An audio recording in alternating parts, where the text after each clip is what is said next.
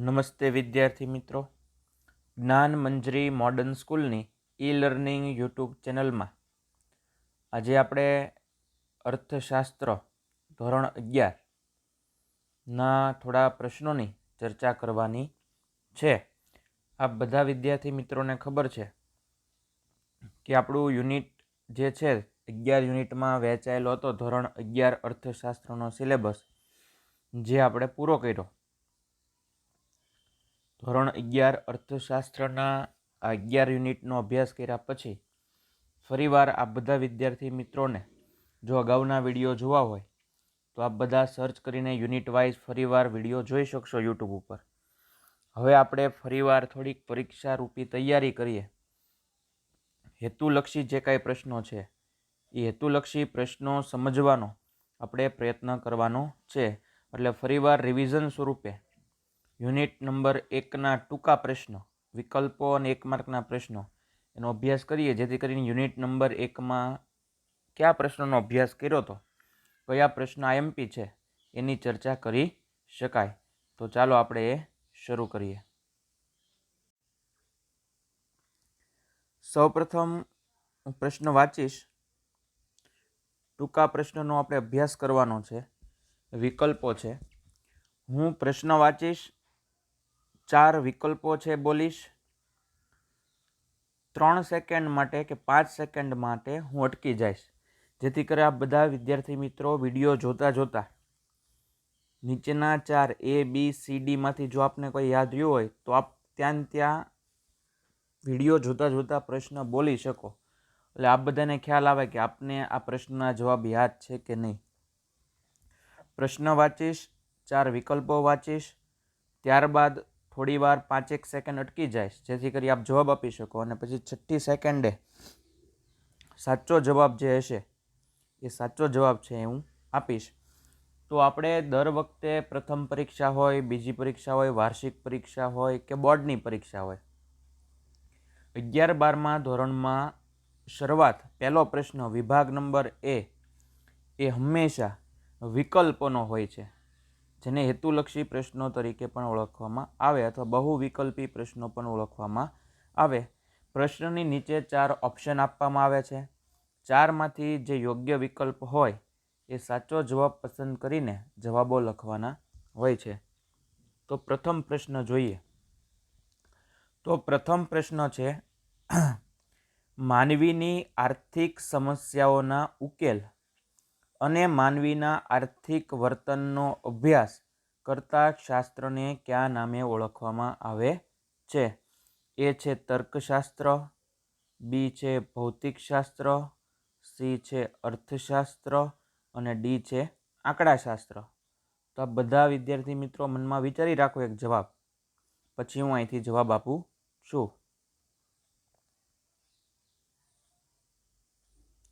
સાચો જવાબ આવશે આનો અર્થશાસ્ત્ર. માનવીની આર્થિક સમસ્યાઓના ઉકેલ અને માનવીના આર્થિક વર્તનનો અભ્યાસ કરતા શાસ્ત્રને આપણે અર્થશાસ્ત્ર તરીકે ઓળખી શકીએ છીએ. એ આ બધાને ખ્યાલ છે. બીજો પ્રશ્ન, ઇકોનોમિક્સ શબ્દ કયા ગ્રીક શબ્દ પરથી ઉતરી આવ્યો છે? ઇકોનોમિક્સ, અર્થશાસ્ત્રને અંગ્રેજીમાં ઇકોનોમિક્સ આપણે કહીએ છીએ. આ ઇકોનોમિક્સ શબ્દ છે એ ગ્રીક ભાષા પરથી ઉતરી આવ્યો છે. તો આ ઇકોનોમિક્સને કયા ગ્રીક શબ્દ પરથી ઉતરી આવ્યો છે? નીચે 4 ઓપ્શન છે. એ ઓઇકોનોમોસ, બી ઇકોલોજી, સી ફિલો, ડી નોમોસ. આ બધા વિદ્યાર્થી મિત્રોને આનો પણ જવાબ ખબર હશે, છતાં પણ 5 સેકન્ડ આપ વિચારી શકો, પછી હું સાચો જવાબ આપું છું.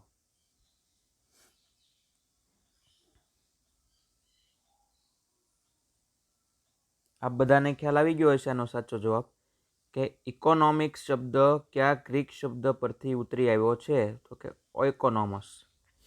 પહેલો એ વિકલ્પ છે એનો સાચો જવાબ છે. આ બધાને મજા આવતી હશે આમાં. બસ આવી જ રીતના આપણે અભ્યાસ કરવાનો છે. સિલેબસ પૂરો થઈ ગયો છે. પરીક્ષાલક્ષી હેતુલક્ષી માર્ગદર્શન જે છે એ મેળવવાનો પ્રયત્ન આપણે કરીએ છીએ। ત્રીજો પ્રશ્ન, કયા અર્થશાસ્ત્રીને અર્થશાસ્ત્રનો વૈજ્ઞાનિક ઢબે સ્વતંત્રપણે અભ્યાસ શરૂ કરવાનું બહુમાન મળ્યું છે? ફરી એકવાર પ્રશ્ન વાંચું છું।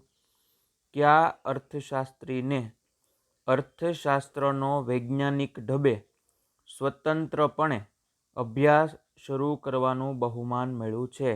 એ છે કૌટિલ્ય, જેને ચાણક્ય પણ કહી શકો, બી છે પ્રોફેસર માર્શલ, સી છે રોબિન્સ, ડી છે એડમ સ્મિથ। તો આપની પાસે 5 સેકન્ડ છે। આ 5 સેકન્ડમાં મનમાં જવાબ વિચારી શકો, પછી હું સાચો જવાબ કહીશ। કયા અર્થશાસ્ત્રીને અર્થશાસ્ત્રનો વૈજ્ઞાનિક ઢબે સ્વતંત્રપણે અભ્યાસ શરૂ કરવાનું બહુમાન મળ્યું છે? સાચો જવાબ છે એડમ સ્મિથ। એડમ સ્મિથ જે છે એણે વૈજ્ઞાનિક ઢબે અર્થશાસ્ત્રનો અભ્યાસ કર્યો। ત્યારબાદ ચોથો પ્રશ્ન,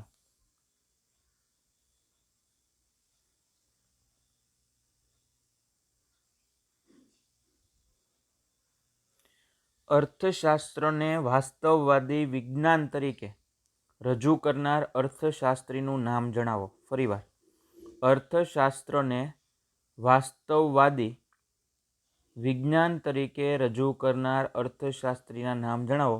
આ બધાય તમારે ખાસ યાદ રાખવા પડશે, કેમ કે એકથી વધુ અર્થશાસ્ત્રીઓ છે, કોઈ બીજાનું નામ બીજામાં લખાઈ જાય તો આપણો 1 માર્ક જઈ શકે છે। 4 ઓપ્શન છે। એ છે એડમ સ્મિથ, બી છે રોબિન્સ, સી છે સેમ્યુઅલસન અને ડી છે માર્શલ। તો આ બધાને આના વિશે આપણે ચર્ચા અગાઉ કરેલી હતી જ્યારે વિડીયો લેક્ચર જોયા ત્યારે। તો આ બધાને કદાચ જવાબ આવડી પણ ગયો હશે। આ બધા વિદ્યાર્થી મિત્રોએ ટેસ્ટ પણ આપેલી છે। તો અર્થશાસ્ત્રને વાસ્તવવાદી વિજ્ઞાન તરીકે રજૂ કરનાર અર્થશાસ્ત્રીનો જવાબ આવશે બી, રોબિન્સ હતા। એનો સાચો જવાબ છે। 5મા પ્રશ્ન તરફ આપણે આગળ વધીએ।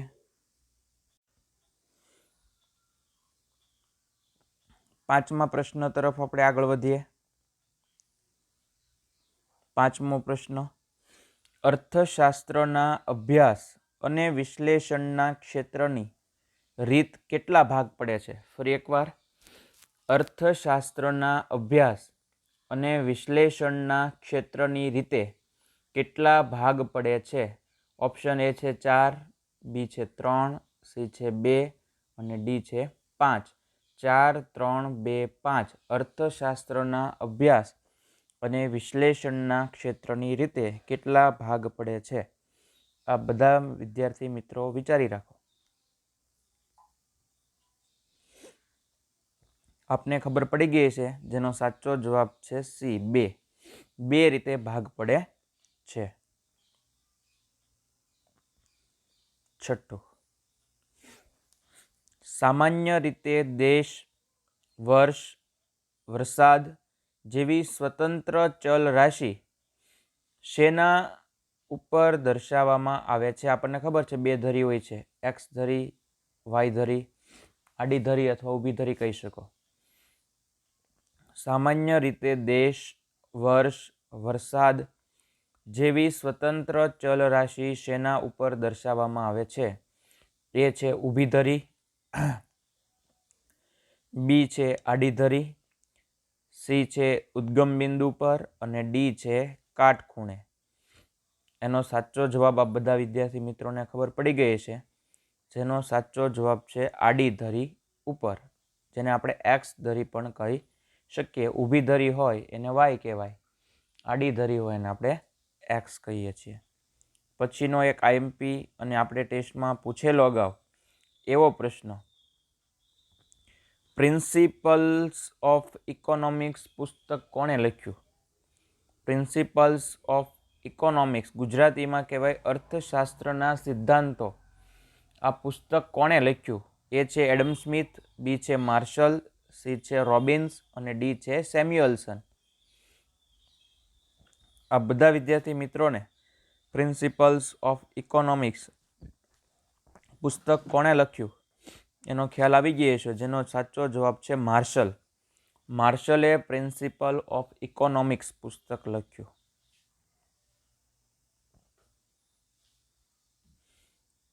કોના અર્થશાસ્ત્રમાં નીતિશાસ્ત્રની અસર છે? કોના અર્થશાસ્ત્રમાં નીતિશાસ્ત્રની અસર છે? એ ચાણક્ય, બી માર્શલ, સી સેમ્યુએલ્સન અને ડી રોબિન્સ. સાચો જવાબ છે ચાણક્ય. ચાણક્યના અર્થશાસ્ત્રમાં નીતિશાસ્ત્રની અસર છે. ત્યારબાદનો પ્રશ્ન, એડમ સ્મિથે અર્થશાસ્ત્રનું સ્વતંત્ર ચિંતન રજૂ કરતું પુસ્તક કઈ સાલમાં અથવા કયા વર્ષમાં રજૂ કર્યું? ફરીવાર પ્રશ્ન વાંચું છું. એડમ સ્મિથે અર્થશાસ્ત્રનું સ્વતંત્ર ચિંતન રજૂ કરતું પુસ્તક ક્યારે રજૂ કર્યું? 1676માં, 1767માં, 1776માં કે 1667માં? 9. તો સાચો જવાબ છે 1776માં. સી જવાબ આવશે. સ્વતંત્ર ચિંતન રજૂ કરતું પુસ્તક 1776માં રજૂ કર્યું.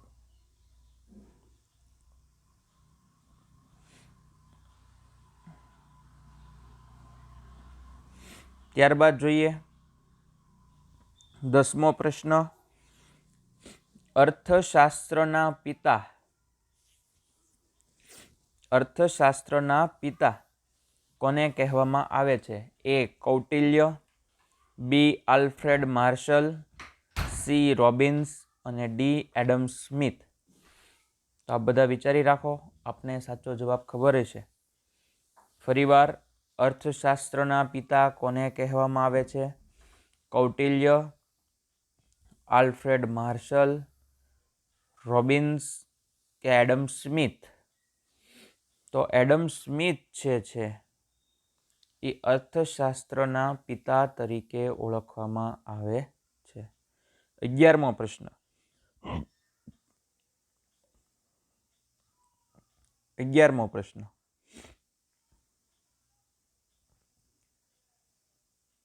અર્થશાસ્ત્રને સામાજિક વિજ્ઞાનનો દરજ્જો આપનાર અર્થશાસ્ત્રી કોણ હતા? ફરીવાર, અર્થશાસ્ત્રને સામાજિક વિજ્ઞાનનો દરજ્જો આપનાર અર્થશાસ્ત્રી કોણ હતા? Adam Smith, Samuelson, Marshall, Robbins. અર્થશાસ્ત્રને સામાજિક વિજ્ઞાનનો દરજ્જો આપનાર એડમ સ્મિથ હતા. એ સાચો જવાબ છે એડમ સ્મિથ. આ બધા વિદ્યાર્થી મિત્રોને મજા આવતી હશે, કેમ કે કંઈક અલગ રીતના વિડીયો, પરીક્ષાલક્ષી વિડીયો એ આપણે સિલેબસ પૂરો થયા પછી સમજવાનો અને બનાવવાનો પ્રયત્ન કરી રહ્યા છીએ. એટલે આ બધા વિદ્યાર્થી મિત્રોને હવે મજા આવતી હશે વિડીયોમાં. આગળ વધીએ આપણે. પછીનો પ્રશ્ન, એડમ સ્મિથના મતે અર્થશાસ્ત્ર એટલે કેવું શાસ્ત્ર? એ કલ્યાણલક્ષી શાસ્ત્ર, બી વિનિમયલક્ષી શાસ્ત્ર, સી સંપત્તિનું શાસ્ત્ર અને ડી વાસ્તવદર્શી શાસ્ત્ર. તો એનો સાચો જવાબ આવશે સંપત્તિનું શાસ્ત્ર. એડમ સ્મિથના મતે અર્થશાસ્ત્ર એટલે સંપત્તિનું શાસ્ત્ર. આગળ જોવાનો પ્રયત્ન કરીએ.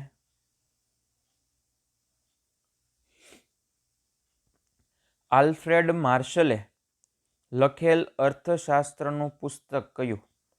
આપણને ખ્યાલ છે બધાએ અલગ અલગ અર્થશાસ્ત્રના પુસ્તકો લખેલ છે. એમાં આલ્ફ્રેડ માર્શલે લખેલ અર્થશાસ્ત્રનું પુસ્તક વિશે માહિતી આપો. એ છે વેલ્થ ઓફ નેશન્સ, બી છે પ્રિન્સિપલ્સ ઓફ ઇકોનોમિક્સ, સી છે nature and significance of economics, D છે ઇકોનોમિકા. તો એનો સાચો જવાબ છે પ્રિન્સિપલ ઓફ ઇકોનોમિક્સ. એનો સાચો જવાબ છે.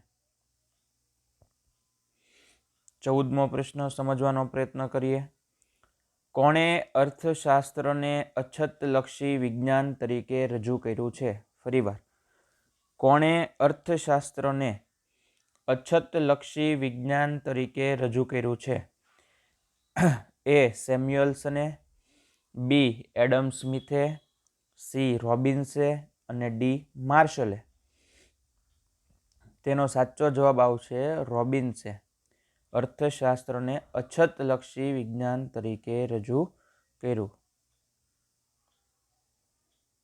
ત્યારબાદ પછીનો પ્રશ્ન, સમાજની પસંદગીઓ અને વહેંચણીના મુદ્દાને અર્થશાસ્ત્રના અભ્યાસમાં કોણ મહત્વનું સ્થાન આપે છે? ફરીવાર, સમાજની પસંદગીઓ અને વહેંચણીના મુદ્દાને અર્થશાસ્ત્રના અભ્યાસમાં કોણ મહત્વનું સ્થાન આપે છે? સેમ્યુઅલ્સન, રોબિન્સ, આલ્ફ્રેડ માર્શલ અને એરિસ્ટોટલ. 15મો, એનો જવાબ આવશે સેમ્યુઅલ્સન.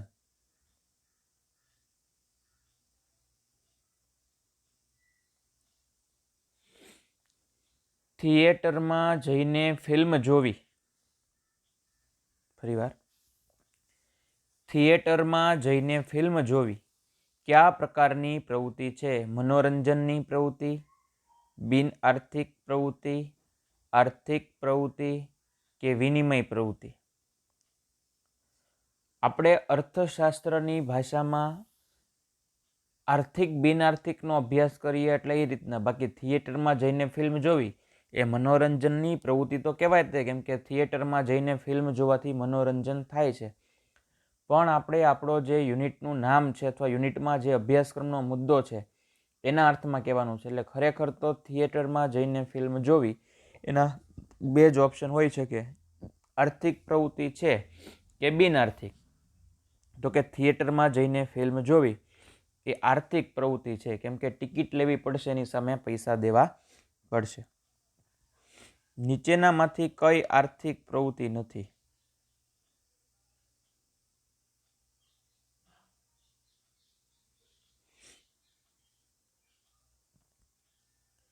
નીચેનામાંથી કઈ આર્થિક પ્રવૃત્તિ નથી? ખેતરમાં જઈને મહેનત કરવી, હોટેલમાં જઈને જમવું, ડૉક્ટર પોતાની પત્નીની સારવાર કરે, શિક્ષક શાળામાં ભણાવે. નીચેનામાંથી કઈ છે એ આર્થિક પ્રવૃત્તિ નથી, એટલે કે જેમાં પૈસા ન મળતા હોય.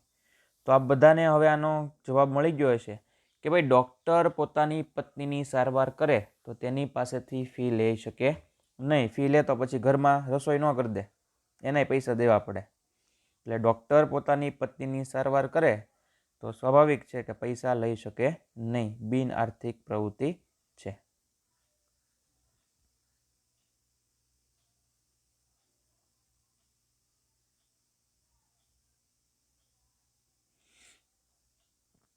ત્યાર પછીનો પ્રશ્ન સમજવાનો પ્રયત્ન કરીએ.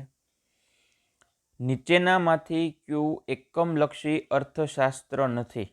ફરીવાર, નીચેનામાંથી કયું એકમલક્ષી અર્થશાસ્ત્ર નથી? ભાવ સપાટીનું નિર્ધારણ, શ્રમિકનું વેતન નિર્ધારણ, પેઢીની સમતુલા કે વસ્તુની કિંમતનું નિર્ધારણ? આ બધા વિદ્યાર્થી મિત્રોને જવાબ મળી ગયો હશે. સાચો જવાબ છે ભાવ સપાટીનું નિર્ધારણ. પછીનો પ્રશ્ન જોઈએ. 19મો, આર્થિક માહિતીની રજૂઆત કેટલી રીતે થઈ શકે છે? 19મો પ્રશ્ન, આર્થિક માહિતીની રજૂઆત કેટલી રીતે થઈ શકે છે? 2 રીતે, 3 રીતે, 4 રીતે કે 5 રીતે? તો આ બધા વિદ્યાર્થી મિત્રોને ખ્યાલ આવી ગયો હશે કે આર્થિક માહિતીની રજૂઆત એ 3 રીતે થઈ શકે છે. પછીનો પ્રશ્ન, આકૃતિ કે આલેખમાં વાય ધરી પર શું દર્શાવવામાં આવે છે? આકૃતિ કે આલેખમાં વાય ધરી પર શું દર્શાવવામાં આવે છે? એ. ચલ, બી. સ્થળ, સી. સમય અને ડી. ક્ષેત્ર. તો આ બધાને આનો પણ જવાબ ખબર પડી ગઈ છે કે ચલ રાશિ દર્શાવવામાં આવે છે. પછીનો પ્રશ્ન છે, એક જ પ્રકારની માહિતી માટે કઈ આકૃતિ અનુકૂળ છે? ફરીવાર, એક જ પ્રકારની માહિતી માટે કઈ આકૃતિ અનુકૂળ છે? પાસ પાસેની સ્તંભાકૃતિ, સ્તંભાકૃતિ, વૃતાંશ આકૃતિ કે રેખીય આકૃતિ? તો અમુક તો આમનામ જ રેખીય નો આવે, વૃતાંશે નો આવે, પાસ પાસેની નો આવે, તો આમનામ ખબર પડી જવી જોઈએ કે સ્તંભાકૃતિ છે એનો જવાબ છે. વિકલ્પની પસંદગી કરતી વખતે ખાસ ધ્યાન રાખો, પ્રથમ 4 વિકલ્પોનો અભ્યાસ કરવો, એમાંથી 2-3 તો આમનામ ઉડી જતા હોય, એટલે 50-50 તો આમનામ થઈ જાય આપણે કોણ બનેગા કરોડપતિની જેમ. પછીનો પ્રશ્ન, કુલ માહિતી અને તેના જુદા જુદા વિભાગ દર્શાવવા માટે કઈ આકૃતિ દર્શાવવામાં આવે છે? 22મો પ્રશ્ન, કુલ માહિતી અને તેના જુદા જુદા વિભાગો દર્શાવવા માટે કઈ આકૃતિ દોરવામાં આવે છે? તેનો સાચો જવાબ છે વૃતાંશ આકૃતિ.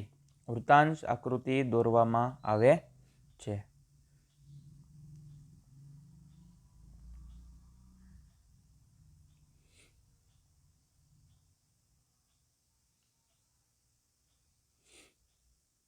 પછીનો પ્રશ્ન, nature and significance of economics નામનું પુસ્તક કોણે લખ્યું?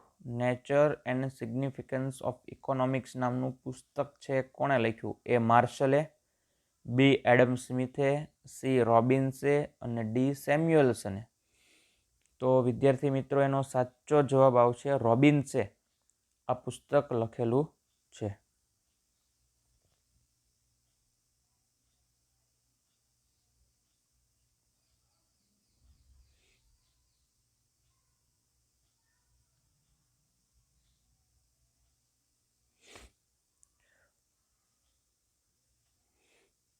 ચોવીસમો પ્રશ્ન, આર્થિક પ્રવૃત્તિમાં નીચેનામાંથી કઈ બાબત મહત્વની નથી?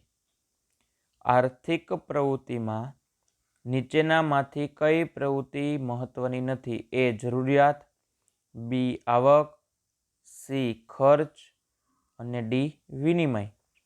તો આ બધા વિદ્યાર્થી મિત્રોને ખબર પડી ગઈ છે કે આર્થિક પ્રવૃત્તિમાં જરૂરિયાતનું કોઈ મહત્વ છે નહીં.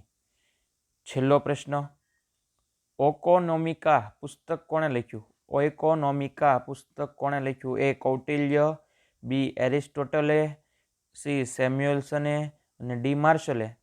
તો આ બધા વિદ્યાર્થી મિત્રોને એનો પણ જવાબ ખબર છે કે એરિસ્ટોટલે ઓઇકોનોમિકા નામનું પુસ્તક લખેલું છે. તો આ વિદ્યાર્થી મિત્રોએ મજા આવી હશે. આ બધા વિદ્યાર્થી મિત્રોને લગભગ હવે 25 વિકલ્પ જો સામે આવે તો આપ બધા એના પ્રશ્નનો જવાબ લખી શકો એવી શુભેચ્છાઓ સાથે આજે આ પ્રથમ યુનિટનો પ્રથમ રિવિઝન લેક્ચર, જેમાં આપણે પરીક્ષાલક્ષી માર્ગદર્શન, પરીક્ષાલક્ષી તૈયારી કરી, આ બધાને આ વિડીયોમાં ખૂબ મજા આવી છે.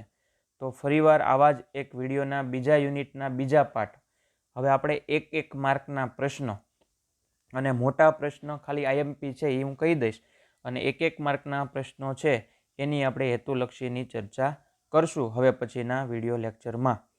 આ બધા વિદ્યાર્થીઓ માટેનું હોમવર્ક જે છે એ વિડીયો લેક્ચરમાં દર્શાવેલ 25 વિકલ્પોના ફોટા પાડીને ગ્રુપમાં મોકલવાના છે. પ્રશ્ન લખવાનો, એની સામે ડાયરેક્ટ એનો જવાબ લખવાનો છે. 4 વિકલ્પો લખવાની જરૂર છે નહીં. ફરી એકવાર હોમવર્ક તરીકે આ 25 પ્રશ્નો છે એ પ્રશ્નો લખવાના, એની સામે એના ડાયરેક્ટ જવાબો લખવાના છે. 4 વિકલ્પો લખવાની જરૂર છે નહીં. આભાર.